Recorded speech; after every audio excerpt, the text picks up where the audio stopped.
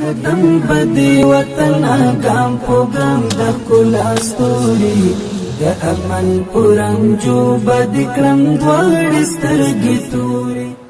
د کابل ښاروالۍ د کلتوري چارو ریاست په هڅو د روژې مبارکې میاشتې په مناسبت د ښاري ښکلا 12 څراغونو جوړ شوي تونل ته ورته سمبولونه د شهر نو پارک او مطبعې څلور لارې په سیمو کې نصب شول. دغه تونلونه د 1214 متره اوږدوالی لري چې په رنګارنګ څراغونو ښکلي شوي دي. د کار ښاري ښکلا نور هم زیاته کړې او د ښاریانو لخوا تود هرکلی شوی دی. د ښار په بېلابېلو برخو کې د ښاري ښکلا سمبولونو په جوړېدو سره د خلکو په رواني لید کې د پام وړ بدلون رامنځته شوی دی. با حیث یک شهروند کابل جای بسیار خرسندی است که از شهرداری ولایت کابل باید تشکر کنیم که همچون یک ابتکار را در این ماه مبارک رمضان به راه انداختند و بسیار یک جای یک موقعیت بسیار زیبا را انتخاب کردند و بسیار یک چیزی شاهکار عالی.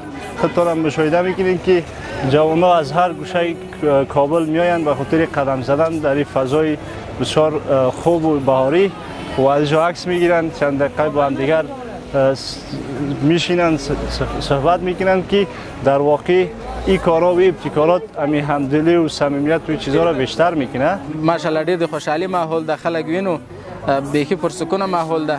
نو د کابل د ښاروالۍ نه خصوصي د موږ دا مطالبه ده چې دغه لړۍ جاري وساتي او لا هم اوږده کړي چې د ښار په بېلابېلو ساحو کې په بېلابېلو ځایونو کې داسې خوندور ځایونه جوړ کړي تر څو پورې چې خلک د خوشحالي ساه واخلي.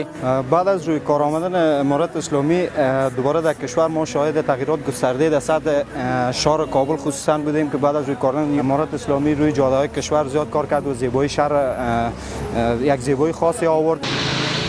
د کابل ښاروالۍ د کلتوري چارو ریاست پلان لري چې د روژې مبارکې میاشتې او اختر په مناسبت د ښار په نورو مهمو سیمو کې د ښاري ښکلا پروګرامونه پلي کړي څو د ښاریانو د خوښۍ لامل وګرځي.